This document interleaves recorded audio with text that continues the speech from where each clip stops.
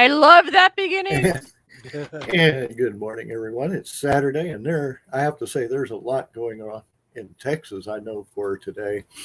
I know we have Hearst doing their Horror Fest this weekend. I know BrazCon down in Freeport's going on, and I think there's a pop-up for an arcade thing that I think Elle's at today. So there's actually a lot going on, and what can I say? It's Saturday, it's a weekend, and we're just happy to be here. And we had some jamming music coming in. Yes, and YouTube, please quit sending me that We have the license. copyright because every single show having to do that is just killing I'll me. send you the license. Hold on. Well, I mean, it's every show. I mean, it won't matter if I have the license or not because they're like, Hey, okay, it's hey, approved. now. Just, I'm doing my due diligence so then I cannot have the blame. Okay, that's what I'm doing. I just have to find my site again. So hold, please. I like it because Hey, it gets you you need some energized. glasses? You know, at this point, I have glasses, man. I just don't wear them because, you know, when I was pregnant, my eyesight was better. And now I don't know, I'm just invincible and don't want to wear them. But, you know, today I probably should get them, actually, because I'm, you know, blurry. It's all blurry. And it's not, you know, the drunken blurry. It's just, you know, the headache blurry. You know, that one where you're just like, ah. Yeah, see, you know what I mean. So that's how I'm rolling. Okay. Well, I have my ibuprofen right here next to me for my headaches. And it's like, I know how it is quite well. Yep, I get them. I get migraines. And so it's like if I have a podcast that day, I just kind of suffer to the end of the podcast and then I just can knock myself out. You can't handle it. But you don't have that option because you have two littles. They're adorable, though. Most of my headaches come from neck and shoulder tension. It's like it feels like the tendons there just turn into these steel rods, and it just and so like they just get really tight. Like if I go to the chiropractor from time to time to give me a good crack on my neck, but man, sometimes that's where most of my headaches come from. Man, I didn't even think of that. See, mine's like right here, you know, and it's just because of my genius. It's just growing, you know, that's what it is. That's totally what it is. I'm sure it could just be a stress. Like now that you think about it, I've had like a hell of a week. So yeah, I'm going to go with that. And you know, if my sound sounds off, you guys, I'm sorry. My child's playing with my mic, so it just is what it is today. I'm sorry. I'm apologizing in advance for what might happen or be said. Okay, It's Saturday morning. It's a cold Saturday morning. Everyone feels absolutely great. Well, Not so here's much. a question for you, because I mean, we don't really do that many Saturday shows, but how many of y'all actually miss those Saturday morning cartoons? Yes, so much. Well, yes and no. I loved the idea of like I'd get up on Saturdays and I'd watch the cartoons, but I didn't like that they started so early. And so if you slept in at all, you'd miss like 70% of the cartoons. And so if you wanted to catch Muppet Babies, you had to be up at the crack of dawn. And then they finally got picked up. They had enough episodes and they started coming on every day after school after a while. But man, for a while, it was just Saturday mornings and you had to be up early. That and we're rushing home to watch Scooby-Doo at 4. I think one of my favorites was the Littles. Yeah, see, that was a fun one. We do the Fire Stick, so like I still put on like the Saturday ones with like Bugs Bunny and stuff. I just find them and put them on for my kids because those are so much better than the modern day ones. Like, don't even get me started on those. Okay, like I just can't.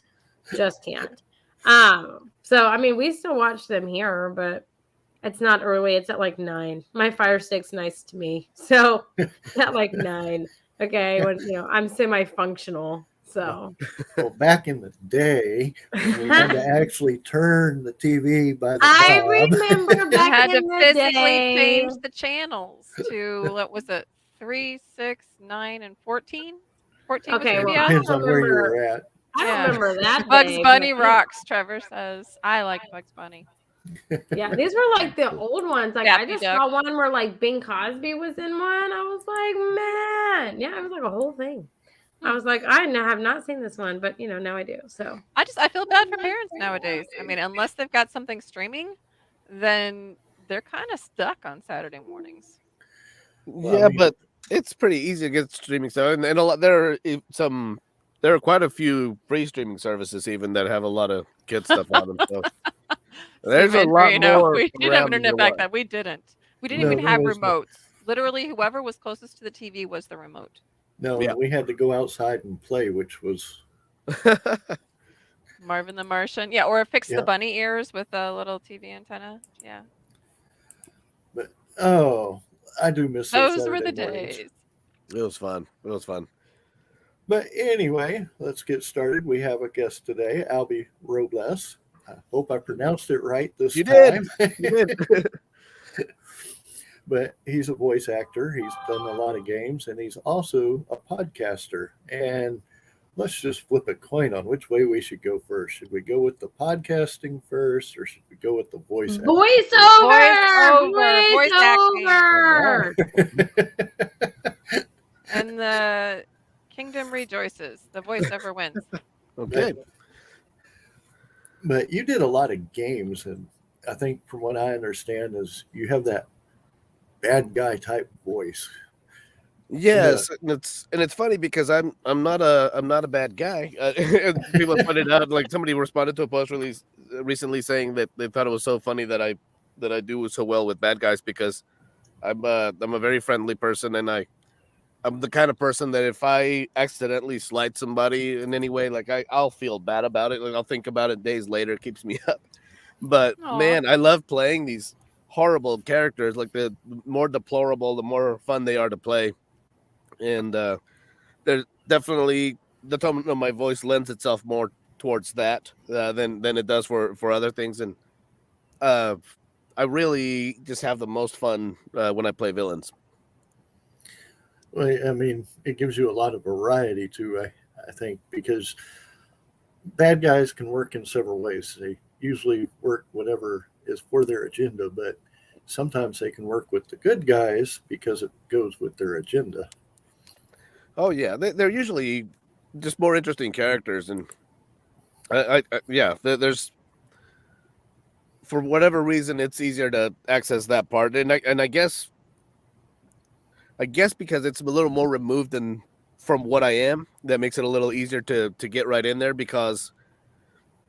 Well, you hear a lot of people saying that you can act better, like whatever like whatever you're like, but it's quite the opposite for me because somebody asked me one time when I was talking online with someone about being a voice actor, and someone said, "I'm very curious," because they heard my demo, and they said, "What is your actual speaking voice like?" And I have met other voice actors who. Whenever they're talking, it sounds like they're doing a radio ad 100% of the time. That's just their natural speaking voice. But I told them, for me, my natural speaking voice, I hesitate and I stammer and I stutter and I get nervous sometimes talking to people, and it's very far removed from what I do in voiceover. And that's why, like on my podcast, I'll have an introduction that I pre-record and all. And once I put up the interview with my guest, I edit myself out so that after the guest comes on, it's just them talking the rest of the podcast and telling their story without me in there. And largely that comes from not liking how I sound, and just in conversation and being self-conscious and about that, and getting being nervous about what I sound like if I don't have a scripted acting voice that I'm putting on. So that's very, I think that's an interesting kind of dynamic. So what roles have you done with voiceover?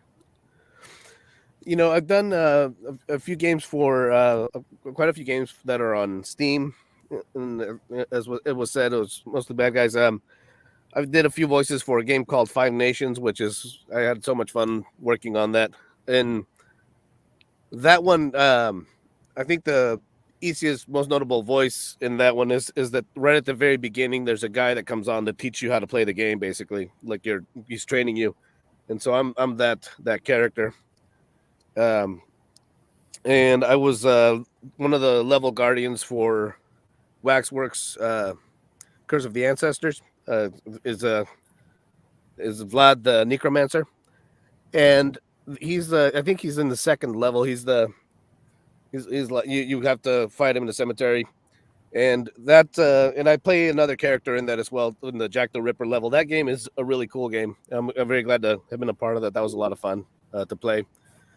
Those are probably I guess the roles that were bigger, and also a Nightwalker 2. I was the main character in that. There's no name given other than Nightwalker, and that's a first person walking around kind of game, which was a lot of fun. But in that case, the only dialogue that you hear are the cutscenes in between levels and whatnot. But I really enjoyed working on that one as well. That was a lot of fun. So how did you get started in it? I used to always perform in some way or another when I was younger, like in high school.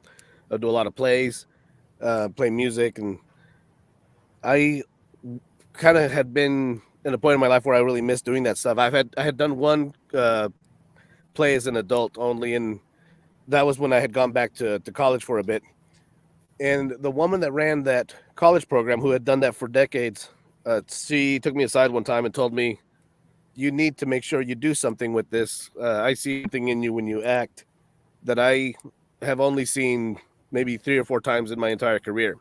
Oh wow! Which she was an older woman. She'd done this a long time, and I'd seen some of the people that she worked with even just while I was there, and so that was this enormous compliment. And at one point, I had kids, and I kind of didn't have time to pursue anything, and my job changed. I used to work at a movie studio where I was kind of pursuing this stuff, but I ended up having to leave that. And so I got to a point in my life where I wasn't doing anything creative. I'd play guitar and stuff on my own, but I wasn't doing anything to perform. And I just needed that outlet. And I found myself getting depressed that I had been told this by this person that had been important for a while for me in my life. And I wasn't doing anything to pursue that. I didn't have time to go out and work on a movie or to even be on a play or rehearse with a band. Mm-hmm. And I started getting just For a more creative person, heavily into that. That can't be good. Yeah, I wasn't happy, and I sat down with my wife one time and told her like how I felt. Like I said, I'm not doing well right now. That I don't feel good about where I am, and we kind of. She said something something has to happen. Something will change. And we prayed together about that, about something changing, and I'd be on the lookout for things. And it was maybe like less than a week after that conversation, that I answered the phone at work, and it was somebody from one of our other offices. And she went, "Albie?" And I said, "Yes." And she said, "Oh my gosh, you should be doing voice work." and it felt like a key turning a lot. It was like this, everything clicked into place, because I realized this is what I've always wanted. Like this, and I thought, I can do this from home. I can do this at night. I can do this under my living conditions right now. Like this is my outlet, and I just started pursuing it super aggressively, learning everything I could, listening to every podcast about it that I could, joining every Facebook group that I could. I'd ask questions. I would read everyone else's questions and see what their answers were. Mm-hmm. And I just pursued it super aggressively. And then once I started getting some little paid jobs here and there, I saved up from those to get gear, and then I saved to get training once I could, because I couldn't at first. And I mean that's definitely a necessary thing, but it took me a little while to where I was able to get that. But and I've gotten more sense, but it's kind of little at a time that I'd make some money from it. I'd put that money towards pursuing it harder, and that's how that came up. I was 40 when this started. Like I started at 40, and that's part of where the depression came from. Is I felt this is too late to start a career in any of the things I want to do. Like if I haven't done it by now, I can't do it anymore. But And we wrong. hear that a lot, but a lot of people do make those choices that they started making in like their 20s and 30s that they really wanted to do, and they fell into this pattern, and then they hit like 40 and 50, and they're like, you know what, I'm just going to do it, and they do great at it. I think when you get to that age, you kind of care less about, I guess, the approval of what somebody might think if you're pursuing this. Yeah, you kind of hit a phase where you're just like, I really don't Yeah. care. Although I kind of did at first. Like I was strangely secretive about it when I first started pursuing this, and I would post about it in the groups that I was in, and not in my main Facebook. But at one point, I put up a post about having auditioned or having gotten a job or something, and I got a like from one of my bosses where I worked at the time, and I realized it wasn't a secret group and that this was visible, and I was like, "Oh well." And so I just started That's out of the bag now. I just started putting stuff in my main page instead, just because I might as well, and if I'm gonna do it, I just should do it all the way. So you mentioned your podcast. What is your podcast about? So my podcast is the Scare Me podcast, which came about because my wife and her niece at one point wanted to do a podcast about teaching, and they asked me if I could record that for them, and I realized, well, I have the stuff for it. I might as well. I've got a few mics. I know how to edit audio. I know how to do all this. And as I was putting that together for them, because I'd thought a lot about doing a podcast, I just didn't have any subject matter, and I thought, I want to go about learning all that. But as I put hers together and realized how doable this was, and then I started thinking about what I could have a podcast about, and nothing would come to mind, and I didn't want to force it, so I didn't. And then one day somebody was telling me about some ghost experience they'd had, and I felt that prickle in the the back of my hair, the hairs on the back of my head standing up, and that heart speeding up a little bit. And I just thought to myself, my gosh, I love this feeling. I love it so much. This is so much fun. And as I said it out loud, and that's when I realized, well, this is what I should do. I should just get people to make me feel this way. I want people to come on and tell me their stories to scare me, so that I can experience this all the time. Yeah, And we it's had so fun. some ghost hunters, and I think I ended up having a blue margarita afterwards because I'm just like, not my pace. Let's see. That was Elizabeth Harbin, and I can't think of his name. They're really cool, Dr. but they're going to Chet, have. I told them, I said, if they're in the Lufkin area, for them to look me up, I said, just give me a fair warning so I can drink a blue slushy before we go. Oh, I should See, have them those are my kind of people. Okay, love it. like that's up my alley. I like things like that. I like to be scared, but I like the kind of scared where not like slasher films and stuff. Those are great, right? I find those humorous, in a sense, especially the olden time ones. But I like the ones where it's like psychological thrillers where you're kind of like that could seriously happen. And that is like more scary, because then you're always thinking about it and you're like more aware and you're just like, oh my gosh, this could happen. Like, I love that feeling of being that scared. So for me, it doesn't, but I love stories for me that do me the most. Now, whenever something is brought up that, like, the term that always gets me, I'll tell you, is this. Like, I was watching the first Paranormal Activity, which I've heard people complain about it being slow or whatever. To me, that movie scared me in the theater much more than other movies because you had this thing going on where the couple had set up a camera at their bed to catch anything that happened while they slept, and stuff would, and each time was worse than the first. And to me, that's your sanctuary where you can go to be safe from everything, is your bedroom. And so every time they set that up, that they were going to show the bedroom again, I was like, oh my gosh, this is too much.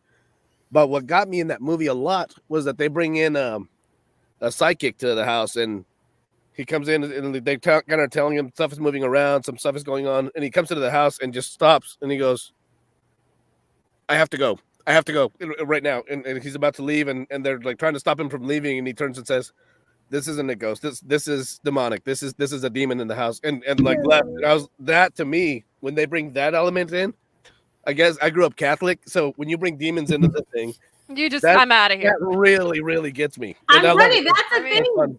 Catholics, they fear demons, man. Catholics are just like, nope, I'm out. I will burn the house down and move. Okay, like I'm Catholic, so I know that feeling. Yeah, if you remember XFiles, I'm more like Scully than Mulder. Oh yeah. So I kind of try to be okay. What's triggering? I mean, I realize that some of that stuff is out there. Don't get me wrong, and there's a reason why I have to drink a blue margarita before I even attempt any of that stuff.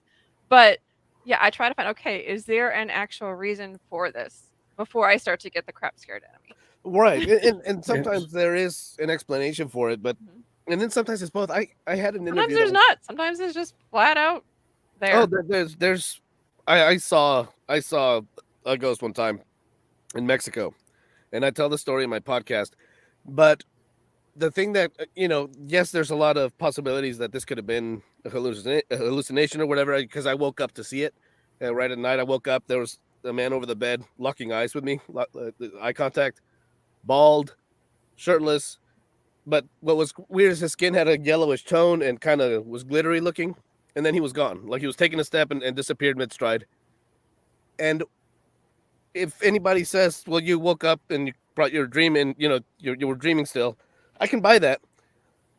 But, at that point, I pulled the covers over my head and I waited for my cousin to wake up. I didn't want to go to sleep. I didn't want to look and I didn't want to not look. I was afraid both ways. I didn't want to see it again. I didn't want him to be there without me knowing. But there was, when we were looking at houses. Well, hold on. What made me really not the hallucination explanation not work with this is when I told my cousin about it. He told his dad about it because that area was a mining colony and his dad had worked with those miners all his life. And when we told him, first of all, they told me a bunch of stuff that had happened to them in that area and to other people they knew. That whole area was full of sightings and things.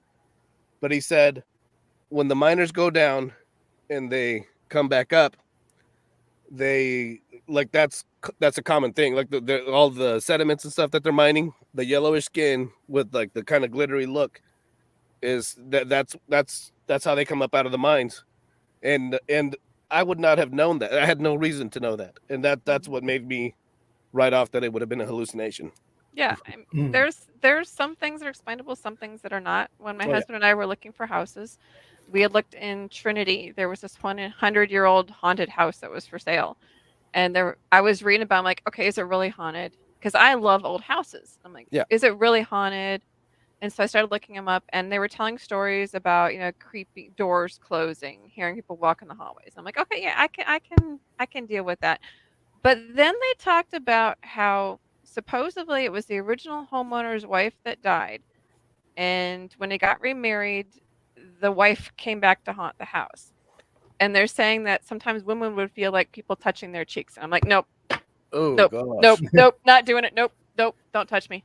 See, like, now, nope, if we didn't buy it. That happened to me, right? If I was, one of the original house owners and I died and Joshua remarried, I would just, not to be mean, I would want him to like remarry and stuff, but I would just, mess with him because it'd be humorous for me. It'd be funny to like scare Josh. It's like the greatest thing in the world to me. So for me, like I would totally come back and I'd be like, hold up, I'd be like, hold on, wait, I'm gonna go to heaven, but give me a minute, okay? Like, hold on, I need to do this, right? Give me a minute, kind of thing. But I mean, I would totally do that. Who she's haunting. I told Joshua You're gonna come to our house and trash our yard. Haunt you. Okay, I'm gonna haunt come to our house and trash the yard. She'll scare the crap out of Josh. He knows this though. I feel like he, he just expects this to happen. It's hilarious. But going back to your Paranormal Activity in the bedroom, right? So when my husband goes out of town, right, and it's just like me and my kids here, unless I go to my mom's, I sleep with my door open, and it's like a whole thing for me, right? But I have my whole exit strategy in my mind, okay? Like I have it in my mind. But then it's kind of like, well, what if, to me, I know like this probably doesn't happen. I've watched way too many movies, okay? But for me, like ghost spirits, demons can like go through walls. So it's kind of like, well, why do I have an exit strategy when they can just cut me off? Like it's kind of like pointless, So I'm just like, well, okay, if I hide in my closet, I can't get out anywhere. My bathroom to break the window would be a little difficult. So my best bet is to just haul it somewhere. I don't even know where, just get out of my bedroom, right? But then, if they're like me, if I came back, I would totally just mess with people. So I kind of am just, I have no exit strategy. My bedroom is my sanctuary, but I don't know. I live in fear at the same time of my bedroom. So it's kind of like, I am trapped, So I don't know. It's kind of one of those things I psych myself out. I mean, I heard my house is like a new built, so it's not haunted. But I heard like one time my husband went out of town and I heard like clawing and scratching. So I thought it was a trapped raccoon. I called the like people to come get it. There was nothing, no sign. I mean, I look like the town crazy lady, and it's not the first time, but it's that's a different story. Okay, but so Aren't it the was houses just in like one of those Poltergeist new things. builds? Just And asking. it's just one of those things. But I watch a lot of like I think it's like Dead Files or do you know that one? Yeah, it's the one where like he does the investigation, she goes and talks to the house. Yep. That's Dead Files, right? And that to me seems to be like the most accurate, you know, Mm-hmm. because of like the similarities that they have. But man, I tell you, I am just yeah, it's kind of I believe in like demons and ghosts, and you know, sometimes they're just like, this is mine, and hey, all right, I'm out. Have at it. The other one I'm that not I gonna like fight you, man. I'm good. the other one that I like is when people tell their stories, kind of like on your show. Mhm. They're telling their stories, but they also have a TV show where they tell their stories and they do the reenactment of it all. And that's the type of stuff that I love like. those. Like the Dead Files, I love that show. Amy Mhm. Allen is just wonderful. Well, yeah, her name is Amy. Hello. All Amy's are wonderful people. Like, you know, and she spells it the way that you would think to spell it, Greg. Like it's now whenever you spell my name that way, I'm going to take it as a compliment now. Now it's going to be There a we go. compliment because I understand. So I get That's it. what it is. Yeah. Sure. I had one person that I interviewed that it was so bizarre because it seemed like there was paranormal stuff going on, but it also at the same time that there were neighbors that seemed to be wanting to get rid of him. Like, and it was rude. It was bizarre. It was and it was such a scary story. And I haven't put this episode out yet because I had been just back and forth about how to do it. Yeah. Because I've ended up interviewing this person 2 more times since then. At first, this person wouldn't talk over Zoom, and because he didn't want to mess with anything like cameras or anything having to do with that, because that was part of what had happened. It had to do with electronics and cameras that he'd put up that were immediately running out of power and not working and stuff at certain times. And he finally, at first, I was trying to investigate how to do this over the phone instead of over Zoom, but months passed and he agreed to do it over Zoom. And it was the first time he had ever really talked about it, so it was a very emotional outlet for him. Like, he was shaking, he broke down at one point. It was such a terrifying story to me that I had to just sit for 10-20 minutes after he told it to me before leaving the studio and going out to my family. Just kind of sat in silence, and it was scary. It was very scary. There's a production team that I work with called Squeaky Door. They used to be called Now with Milk. And it used to be a comedy group, and now they're moving out and just branching out into just making different kinds of content.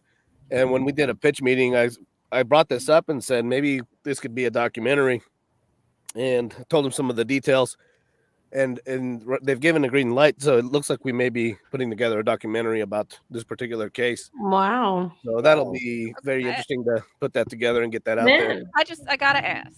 Yes. If you're that scared to be in your own house, why do you stay? Pride. Oh, yeah. Not only that. So in this case, he was trying to build a house. Oh my God. So he was living in like a trailer on the property, and this stuff started going on when he started building. And it seemed that the more progress he made with clearing trees and stuff, the more it escalated. And eventually he did leave, but he was really traumatized from it.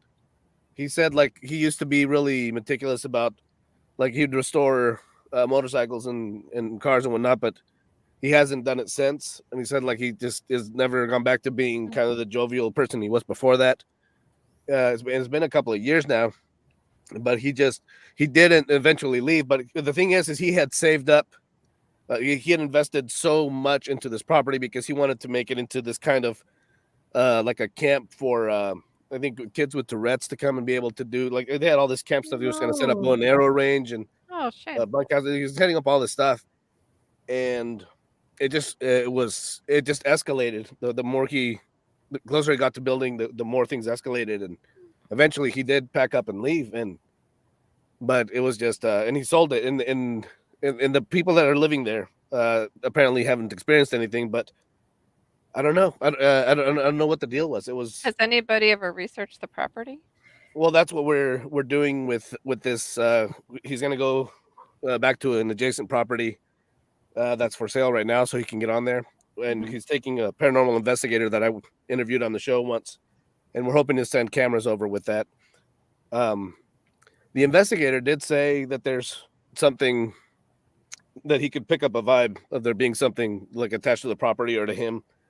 I'd be curious. And yeah, like I definitely like I said, that Scully portion in me is like, okay, come on, where's the facts? What's going on? That's where you need there were people messing with him. And at some point, somebody destroyed, like when they were going to pour the foundation, they said they couldn't do it because one of the pads wasn't ready. And he had just gotten the last pad ready, the bulldozer the night before. Or not with the bulldozer, but anyway, he'd gotten the last one ready.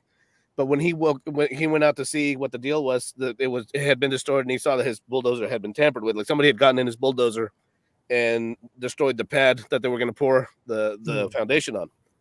And the neighbors were very aggressive to him. Huh.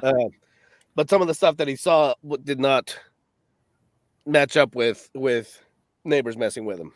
Yeah. And there are a couple of video clips that are pretty chilling that he sent me. One in particular where that you hear like laughter in, and he said like there was no one there to do that. That was just I was alone.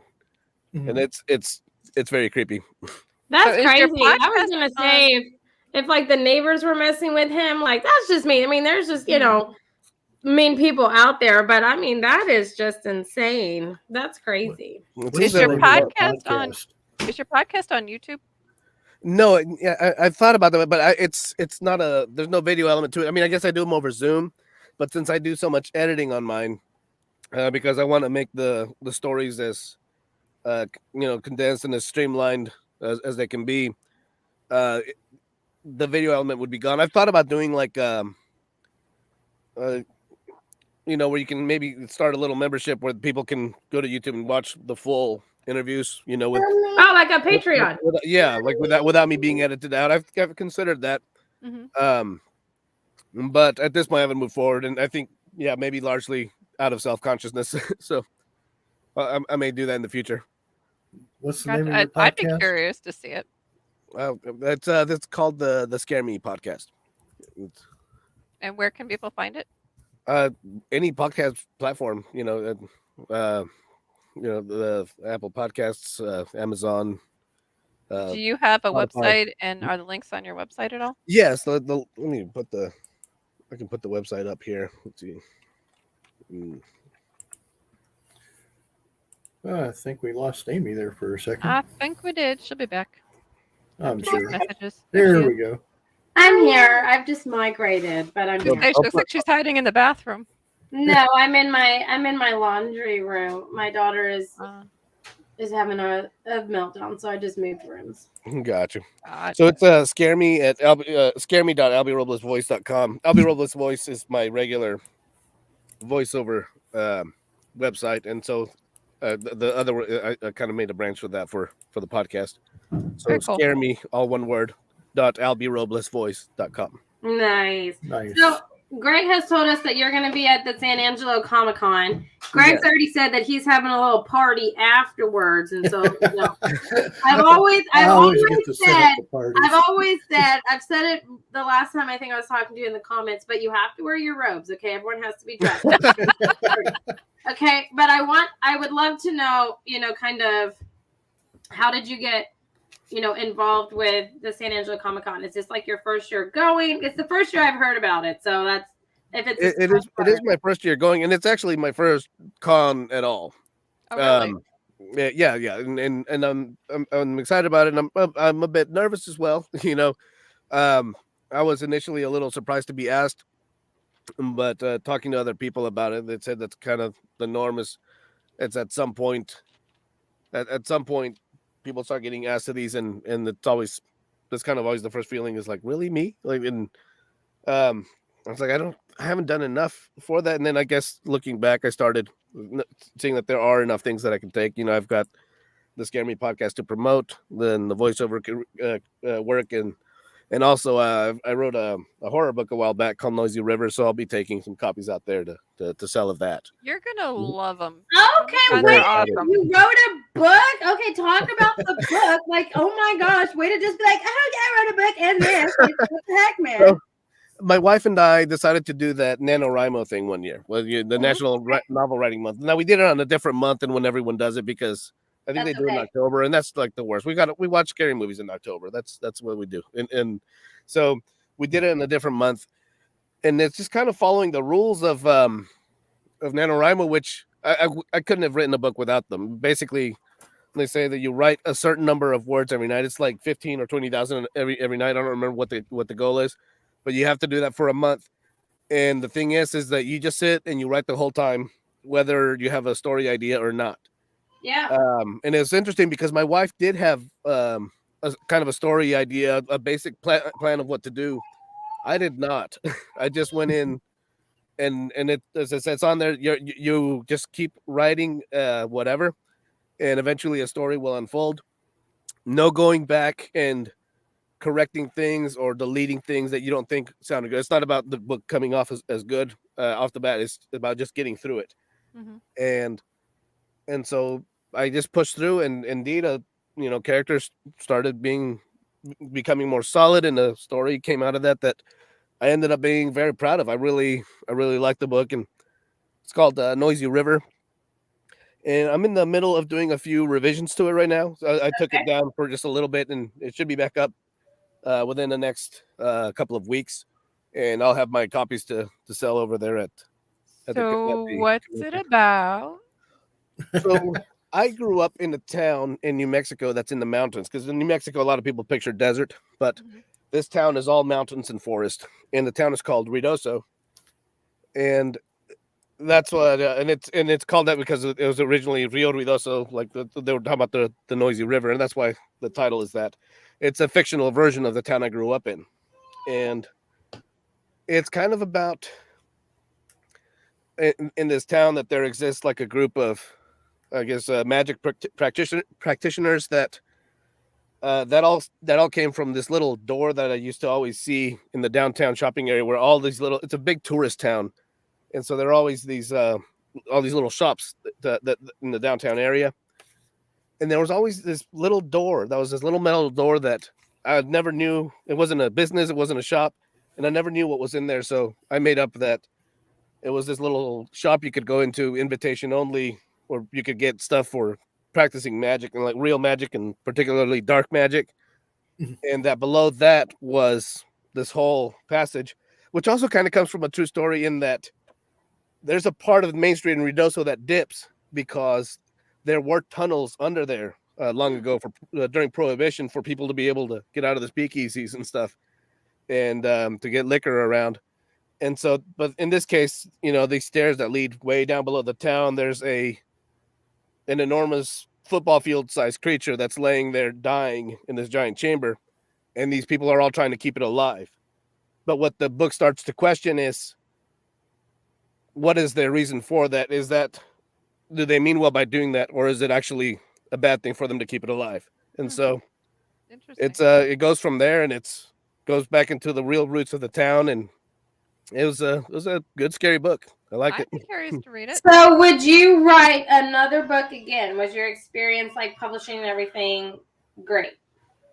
Well, I just self-published, and so Okay, so you had a great time. Okay. yeah, I didn't want to go through the whole thing of trying to send it out and get rejections and all that, and Right. I just want to get a book out there, and if somebody likes it, great, and a few people have, and I'm very happy for that. Like, I've gotten a lot of good feedback from it, and Okay, yeah, so I'd when do is it it again. going? When is it going back up so we can start to look for it? It'll be in the next couple of weeks. Okay, Yeah, seriously, I'm curious to read it. it's the Kindle version's still available, but I would recommend to just wait until the paperbacks are back up, and the revised version is up. Okay. I just seriously, that sounds pretty good. Oh, I'm excited. I'm excited to get that out there again. We have a mixture of everything. We have voiceover, we have Mhm. podcast, and we have an author. So And I all love it, sorts of man. You are scary a stuff. jack of multiple trades. And all sorts of scary zones in between. Yes. yeah, but I yes, love it. I'm definitely looking for San Angelo. Mhm. Looking forward to San Angelo. I don't know about that drive though, because that's what 7.5 hours from here. It's a pretty hefty one, but I'm excited. Yes. I'm super excited. So. I'm looking forward to it a lot. Yes. And that's going to be February 18th, 19th, and 20th. Yeah. So In San everybody, Angelo. go to San Angelo. If you're going to be in San Angelo, let us know because we're going to be there. Even if you're going to be in the area, just come on down because we're going to be there and, we can have fun. Definitely. Absolutely. Of course, Amy won't be there. Why are you going to say it like that, man? Why you We're gotta all I'm actually depressed. bummed Amy's Amy's not. be there. We're Like, bummed. Amy doesn't go. We'd rather you be there. Amy, send me your cardboard cutout and I'll put you up next to the celebrity people.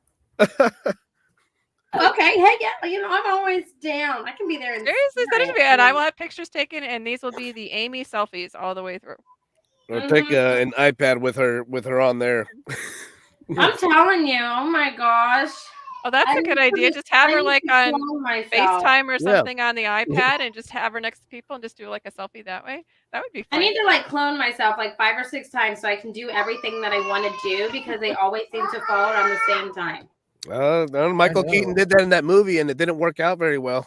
It caused a lot of trouble. You never know which portion of your personality will come out. Yeah. Was that Michael Keaton? Yeah.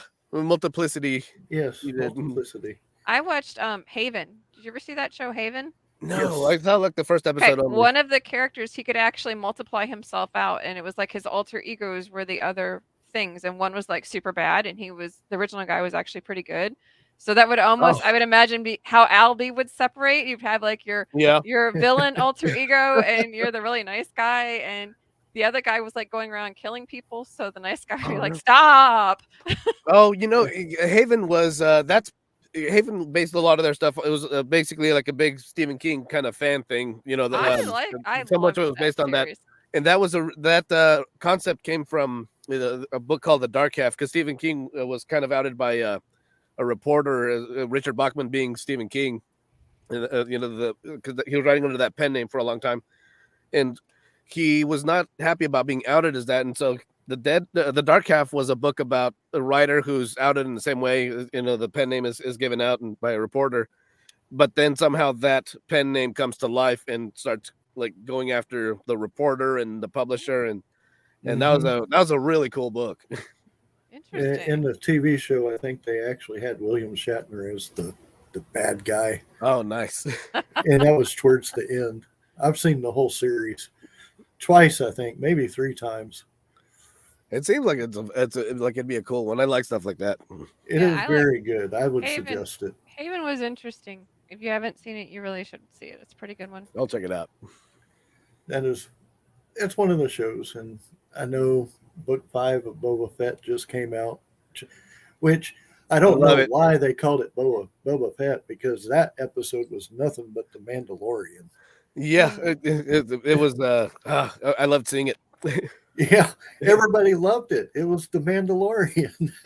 And I've enjoyed the show. I've heard a lot of complaints about it, but I've really been enjoying it. But then when they went back to doing like this Mandalorian episode, it was so much better than the rest of the show has been. It's definitely the best. Well, why do they keep adding stuff when they've got stuff that's working? I don't understand.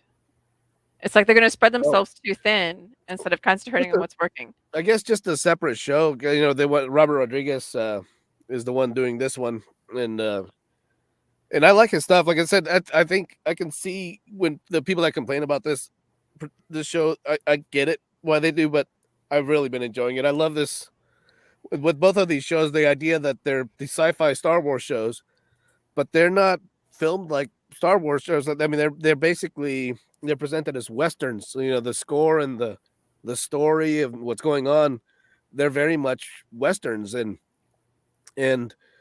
the Book of Boba Fett kind of does that a little more heavily in that it's living out in the desert with these the Tusken Raiders, which are very much like natives are represented in Western movies, and it's been really cool. I've enjoyed it a lot. Do they have different directors for each episode, or is it the same director the whole series? Yeah, they keep having different guest episodes, and oh, nice. See, I didn't know that. I know like Harry Potter had different directors for certain movies and things. So you can kind of tell the different styles and which one you like, which one you didn't. And then like American Horror Story did one, in the summer before their season came out, double feature. Mhm. And it was a collection of like anthologies from different writers, and they didn't connect to the other one, so they had different writers and directors for each episode. I like things like that. I think like creativity wise, they're just amazing and like inspirational. But I didn't know that. I haven't watched Boba Fett. I'm sorry. I know I'm late to the pack. Oh, that's I'll fine. have to watch it. I just don't have Disney Plus, so I haven't seen it. So Oh, there's so much great stuff on there. Like every show I've seen on there, I've just enjoyed so much. All the Marvel shows and all the Star Wars stuff, I've just really had fun with. Have you seen Encanto? I know I said that. Yes, it's wonderful. Sorry. It's wonderful. Absolutely, it's so great. It is. I'm telling you, if you watch these memes where like the first time they watch it and they're kind of like jamming out, and then like, you know, the 500th time that they've watched it, like me, you're like singing and dancing. You've got all the dance moves down. You're like, Yeah. Oh, I love that movie. My daughter muted me, but that is like my go-to movie. It is super fun. I like it a lot. she muted her again. Again. She's gonna need to have the hold up cards because her daughter keeps. It's muting not her. me. I promise. It's not me. My hands are here.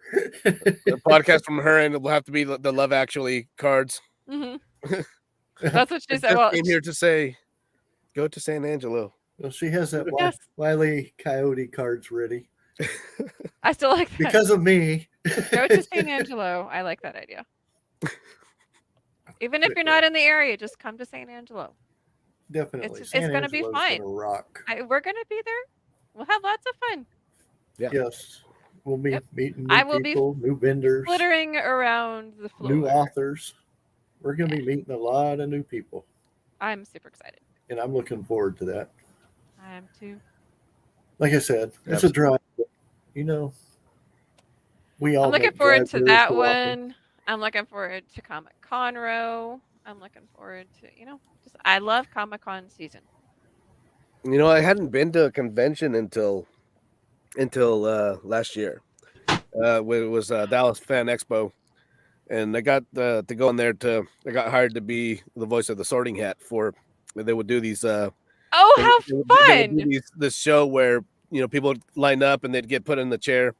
They'd put the hat up over their heads because COVID, so they can't actually put it on. But I would be back there doing the voice and sorting, doing the sorting ceremony.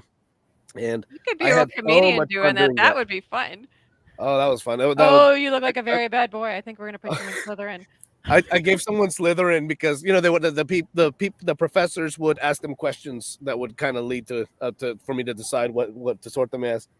And one person got asked a few questions. The first being, "What's your favorite ice cream?" And when I sorted that one, I said I didn't even need the other questions. It's going to be Slytherin because you said you like mint ice cream the best. What's wrong with mint? I mean, I could see it being dark There's so many chocolate. things wrong with mint ice cream, Greg. Like, No, mint ice there cream are is awesome. so many. It's fine, but for it to be your favorite, Yeah. Mint chocolate chip. No, my That's the best. it's favorite, fine. It's my okay. favorite is either Reese's peanut butter cup or Snickers. Nice, yeah. Well, I Those guess are I'm a Slytherin. Yeah. So what You're would I lame, be? man. You're lame. I like cookie dough. The So if chocolate you were to cookie sort dough. us, since you've talked to us for this almost hour, where would you put us, Mr. Well, I've got Sorting the Hat? Slytherin already. Yes. Greg, Hey, hey, where's Steve here? Because monsters need love Yes. too. I would do Hufflepuff for Amy, yeah.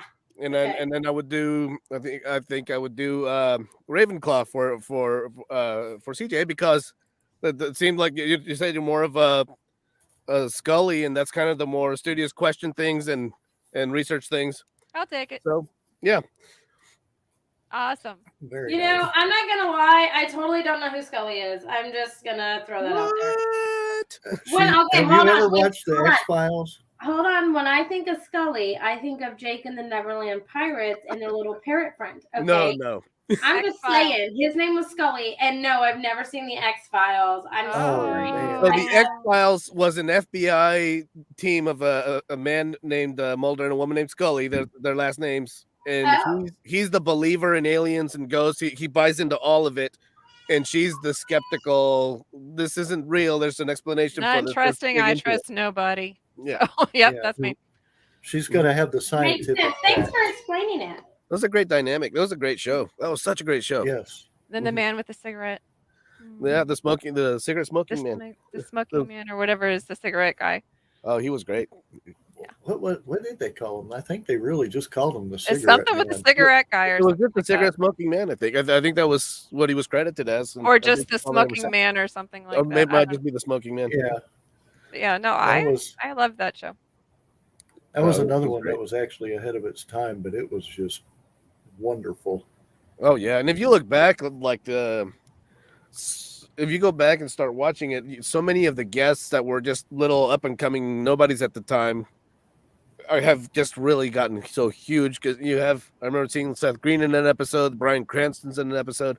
Mhm. There's all these people that have just done such amazing stuff since then. So now going back, it's like this star-studded show. Mhm. Yeah, and it's funny watching shows like that, and you like go through, and all of a sudden it's like, oh my gosh, they were on that, and it was like before their time. Yeah, before they made a name, a big name for I themselves. know, have you ever watched a show like? Have you ever seen Warehouse 13? No, I remember wanting to see it a lot when it was on, but I never saw it. Well, the very beginning premise is kind of like The Librarians. Librarians is another show. I The saw beginning- the first episode, and I was like, "This is great." Yeah, I love it's the kind of setup. like that. And Mhm. so it's like The Librarians and the Warehouse 13. It's like they started with this premise, and then they just kind of went off in La La Land, and I hate that. It's Yeah. like, go back to your original premise, because that was what was gold. And XFiles started to do that near the end too. Mm-hmm. I remember there was an episode that had Michael McKean in it as the guest, and somehow Mulder and him had switched bodies, and so it was like a quantum leap where you're seeing Mulder, but everyone else is seeing Michael McKean. And they did this whole comedy routine of kind of like the Marx Brothers in The Mirror, but it was Michael McKean and Mulder doing the mirror scene, and it was like, this is funny and all, but this is the X-Files. Like this doesn't belong in this show. This is a straight up comedy bit that they're spending 5 minutes on for this entire scene. That's nothing but for the sake of like slapstick comedy. That does not work on this show. Yeah, It was it's like the weird. original premises that make these shows big. It's like, why do you stop? Yeah, and I guess that's the problem with keeping a show going as long as you possibly can. Is it's bound to get to a point where it's not as good anymore, and that's what I like in. When you watch a show that was made in England, they would make it'd be a 2-season show, and that's the end of the show. And they didn't just try to keep it going as long as it keeps on. They would write it out and say, this is going to be how the show ends. And yeah, they're so Torchwood good. started off great, and it ended up only, I think, being like 3 seasons or something like that. But by the time it was middle season 2, they were completely off from what they started with. Yeah, and of course the big exception to that is Doctor Who, because that's Yes. that's been going for all time. You just cannot get rid of Doctor Who. That show will still be on when we start getting to when the show takes place in those futuristic. Oh, it'll be like 3021, and it'll be Doctor number 30, despite the fact that he's only supposed to be 12. 35,000. Despite the fact that he's only supposed to be 12. Yeah, workarounds. Yeah. Some shows Well, you just everyone. can't kill, but yeah. It's coming to that time where we Oh, have no. to say adios, but Mr. Albie, thank you for joining us today. yes. Oh, thank you. Thank I had you so very much fun. And let's see, we'll be on Tuesday, and then next Friday at 6 p.m. we'll be talking to Entertainment, or is it Entertainment? UG Entertainment, UGH. But big gaming company. I know he's actually going to be Skyping or StreamYarding with us. He's going to be in Japan. Oh, cool. So there's going to be a big time difference. Well, if it's a gaming company, put in a good word for me. Oh, I won't even go into those details yet. But okay. We Then can we'll talk be about heading that to later. San Angelo on the 18th, 19th, and 20th of February. Oh, I can't wait. And we have Adasa, who plays the voice of Dolores, coming on February 16th. Hey, I got all these questions ready, and like, if I need to start like singing a section with her, I'm down. That's just gonna not gonna sound as good as her, but I am down to duet and yes. That's just gonna be Amy's show. Just There we'll you be go. along for the ride on that one. You know what? I might ask her to do the duet with you. No, that would be fun, doesn't it? Broken, you don't want to hear me sing. Like, Yes. oh, no. No, you Yes. already, Hear my you already have put it your out there. littles in the I know, but background. the only people that like me singing is my kids, okay? And that's it. And it's through a camera. But you okay? can have I think littles we in need the to do a background poll. dancing. I We think need you to do a should. Yes. poll. Oh, Yes. I'll dance in the background. No, I have No. no shame. I'll dance in the background and get No, down you need to to it. That's sing. cool. I'm not singing. No, I'll mute myself. But anyway, You'll do everyone, air guitar but not sing. we will see everyone on Tuesday at 11 a.m. Yes. And until the next show,